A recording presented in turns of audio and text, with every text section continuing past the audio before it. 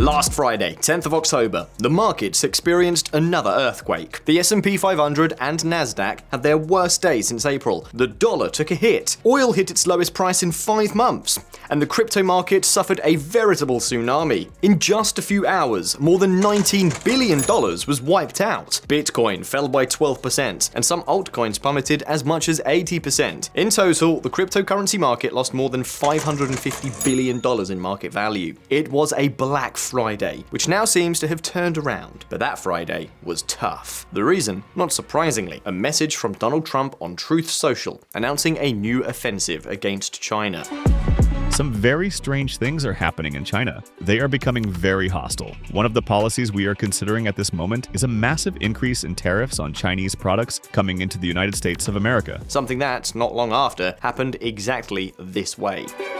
Starting November 1st, 2025, or sooner depending on any further actions or changes taken by China, the United States of America will impose a tariff of 100% on China, over and above any tariff that they are currently paying. Also on November 1st, we will impose export controls on any and all critical software. Which clearly caused panic in the markets once more. Here we go again, back to square one.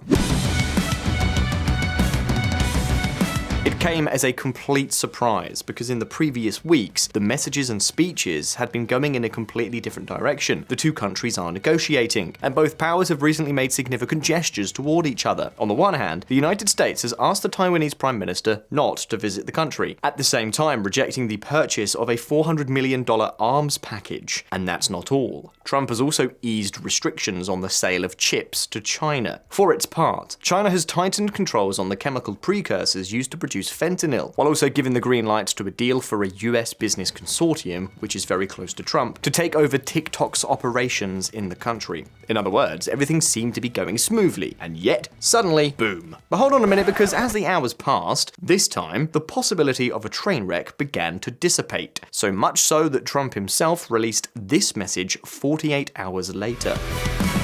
Don't worry about China, it will all be fine. The USA wants to help China, not hurt it. Of course, the reaction in the markets was immediate. Dow futures jumped nearly 400 points as markets eye another serving of the taco trade after Trump says, don't worry about China. And what do you want me to say? It is possible, even quite likely, I would say, that in a few weeks, Trump himself will announce that the greatest deal in US history has been achieved, which, as you can imagine, would surely cause the markets to skyrocket again. So, what really happened? Why did Trump drop the bomb and then backtrack so quickly? Will we see new explosions before that agreement is reached? Keep in mind that this is not a story about tariffs. This time, the story has everything to do with the power struggle between the two superpowers, something that doesn't change with Trump's rectification, and that even involves Ukraine. Pay attention to everything we're going to talk about. By the end of this video, you'll understand perfectly what's going on. Let's get started. It all began with rare earths. We've already talked about this at length, both here on VisualPolitik and also on VisualEconomic. They are essential minerals used in the production of all kinds of products, from mobile phones and electric vehicles to anti-missile radars and advanced semiconductors. Specifically, rare earths are a group of 17 chemically similar elements that, despite what their name suggests, are relatively abundant in the Earth's crust. Yes, rare earths are found practically everywhere. Take cerium, for example. You've probably never heard of it, but it's more abundant in the Earth's crust than copper or nickel. No, the problem is that they're not scarce. The problem is that they tend to be very scattered. Let's say that there aren't many known deposits with a concentration sufficient to make them economically viable to exploit. Even so, that's not that unusual, but it's not the end of the problem. The extraction process is also complex and often very environmentally aggressive, which explains why developed countries tend to ignore it. The same could be said of refining. In other words, there aren't many economically viable deposits, and even when they do exist, countries are often reluctant to exploit them because of all that this entails. So there is no, or at least until now there was no, business or political interest, except in one country that has specialized extensively in this field of mining. Naturally, we're talking about the People's Republic of China, which is also the country with the most known deposits by far. In any case, this specialization has not come without a price. China has paid a high price for its dominance elements and rare earths. Dust and groundwater contaminated with heavy metals and radioactive chemicals pose a health threat that the authorities have been trying to address for years. Clearly, over time, things have improved. Technology has advanced, and today the process is much more efficient and cleaner. The result? China currently controls 70% of global reserves and 90% of global rare earth refining. This percentage rises to almost 100% when it comes to heavy rare earths, and to this we must also add its leadership in the refining of other materials that are also crucial to the technological race, such as gallium, graphite, molybdenum, and even lithium. And it's not only that it controls production, it also controls the technology needed for these operations. In fact, in Xi Jinping's country, there are 39 universities with graduate programs focused on rare earths. Meanwhile, do you know how many there are in the United States? 0, not 1. And remember, all of this is something that the very father of modern China was crystal clear about. The Middle East has oil and China has rare earths. And while Deng Xiaoping exaggerated wildly here, because the rare earths market is nowhere near comparable to that of oil, it is much smaller. He was right about one thing. Rare earths are strategic for technological development. These days, many sectors, from automotive to military, need them. They are so important that, as an example, in recent months, the Detroit automotive giants have had to cut back on their car production in the United States, precisely because they don't have enough rare earths to assemble the technological parts of the cars. In fact, Uncle Sam's dependence is so great that every year he exports 95% of his own rare earth production to China for refining. Well, the fact is that the day before Trump launched a new offensive, China made a crucial announcement.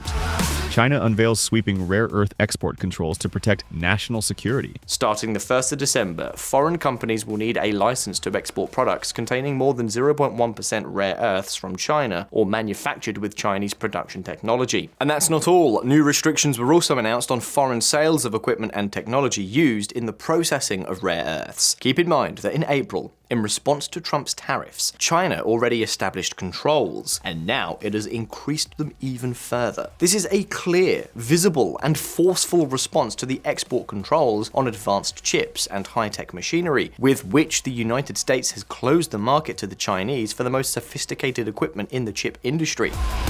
2nd December 2024, US hits China's chip industry with new export controls. In fact, this is not the only measure taken by China. Beijing has also announced that it will charge a special surcharge on US ships, which is exactly what the United States has also implemented. This has no influence because the US market share in merchant ships is negligible, but it doesn't matter. It's just another gesture in a delicate and measured game of retaliation. But back to rare earths. The Chinese Ministry of Commerce has already said that it is highly unlikely that export licenses will be approved when the destination is for military purposes. Of course, this set off all the alarms. These are the strictest restrictions on rare earth exports that China has ever imposed. Magnets made from rare earths are crucial to our defense technologies, and by making them almost completely inaccessible to defense companies and the military, they undermine our industrial base.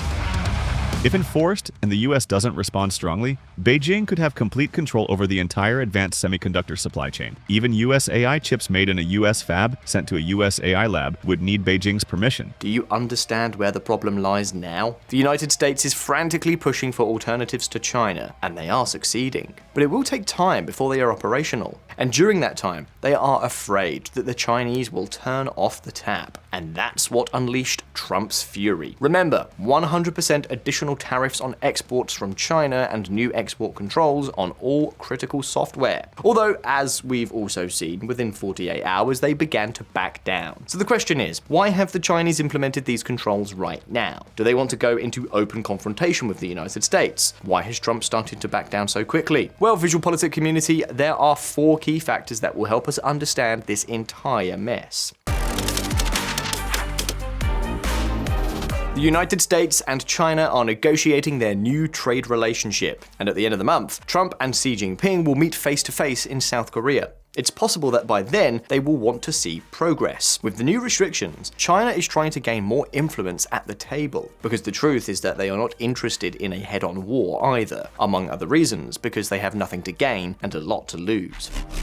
The US has the ability to counterpunch hard, such as by requiring a US license for the export of any chip made with US technology to China. This would place China's entire technology industry at risk, given it is extremely reliant on chips made with US equipment. Furthermore, it would be very difficult for China to enforce these controls. For example, technically, China did not export a single gram of germanium to the US in 2024. Zero. Nothing. Not a speck. The reality, more than 3,500 kilos of Chinese germanium ended up in US factories. And keep in mind that the figure could be an underestimate. How do we know this? Well, pay attention to the following piece of information, which reeks of deception from miles away. China officially blocked 5,900 kilograms of germanium destined for the US. But at the same time, its exports to Belgium skyrocketed. 6,100 kilograms, a 240% increase from one year to the next. What a coincidence. And let's face it, this isn't even the first time something like this has happened. We don't have to go back that far. Just take a look at what happened in April. Just 2 days after Trump declared his trade war on the world, the Chinese trade minister announced that his country would start requiring licenses from foreign companies that wanted to trade in rare earths. A textbook response to tell the Americans, don't cross the line. And that's not the only thing they're doing. Trump says China's G using soy as negotiation tactic ahead of talks. The fact is that on Friday 10th of October, Trump responded with a similar measure precisely so as not to be left out of the talks. Note one important detail. China set the implementation of this new regulation for December 1st, and Trump announced the tariffs for November 1st. And before then, the two leaders are scheduled to meet in South Korea. In other words, we're looking at a game of risk. However, it's possible that Trump went too far. The market's response was so aggressive that to avoid another April, on Sunday, they began to rectify. Although there are also those who see this move as a great opportunity to make a fortune in the markets, if you know the script in advance. Be that as it may, the important thing here is to know that China has no interest in turning off the rare earth tap, and that its dominance is essentially based on its cost leadership. If it starts to cause problems, prices will rise, and many companies in the United States and other allied countries will rush to prepare their own production much more intensively than they are already doing. This would very quickly cause the Chinese to lose a strategic advantage that could be crucial at certain times of high tension. Meanwhile, their economy would take a severe blow if a trade war broke out, so quite simply, it's not in their interest. Furthermore, it's true that rare earths are a crucial raw material, but their importance is greatly exaggerated because the volume involved is very small. In fact, the United States imported only $170 million worth of rare earths in 2024, which is practically nothing. They have alternatives and are also increasing their strategic reserves, while their plans for alternatives continue to move forward. But in Washington, they also know that if they launch an all-out war with China, the Chinese will not be able to back down. That would mean a total breakdown. That would split the world in two. And in the long run, it's possible that the Americans will be the ones who suffer the most. In other words, it's most likely that all this will amount to almost nothing. However, don't get your hopes up just yet. The tension between China and the United States has only just begun, and even if they announce an agreement, it will be temporary. Why? Because China has become too powerful in some areas. For example, it's estimated that China is now responsible for almost 30% of all global manufacturing output. And take note, because if things don't change, the United Nations estimates that by 2030, this percentage will exceed 40%. That is a tremendous economic force. But above all, it is an enormous capacity for influence and power. In the event of conflict, China would win any war simply through saturation, especially now that they're also catching up technologically. And that's largely what is behind the race for re-industrialization that the United States has embarked on in recent years, something that both Trump and Joe Biden have done. Therefore, the tension is not going to disappear. Competition is going to increase, and that will give us a fright every now and then.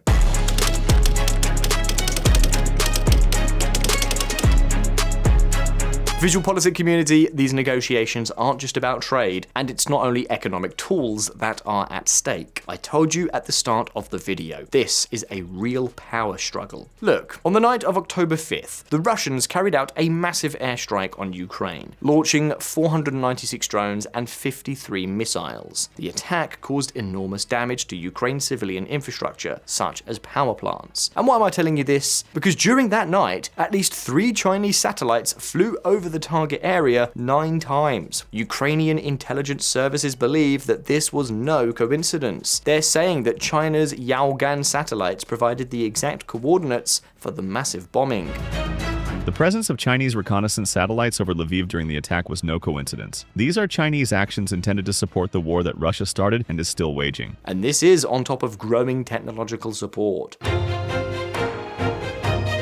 It appears we're in a high-stakes game, and everything is on the line. Every piece is movable, from trade to Ukraine, and from technology to military and LNG alliances. The game isn't over, even if the two powers reach an agreement, but neither wants the day of confrontation to come too soon. With the announcement of new controls, Beijing aimed to gain influence at the negotiating table, and Trump did the same. That's as far as it goes. The day of the breakup hasn't arrived yet, at least that's what all the evidence seems to indicate. And rest assured, China isn't going to cut supplies to the global tech chain. Not for now. But having said that, the question is, what do you think? Will Beijing and Washington manage to reach a mutual agreement? To what extent will we see new moments of tension? Tell us in the comments how you see this conflict going. We hope we've helped you understand everything that's going on. If so, don't forget to like and subscribe to VisualPolitik if you haven't already. Take care. I'll see you soon.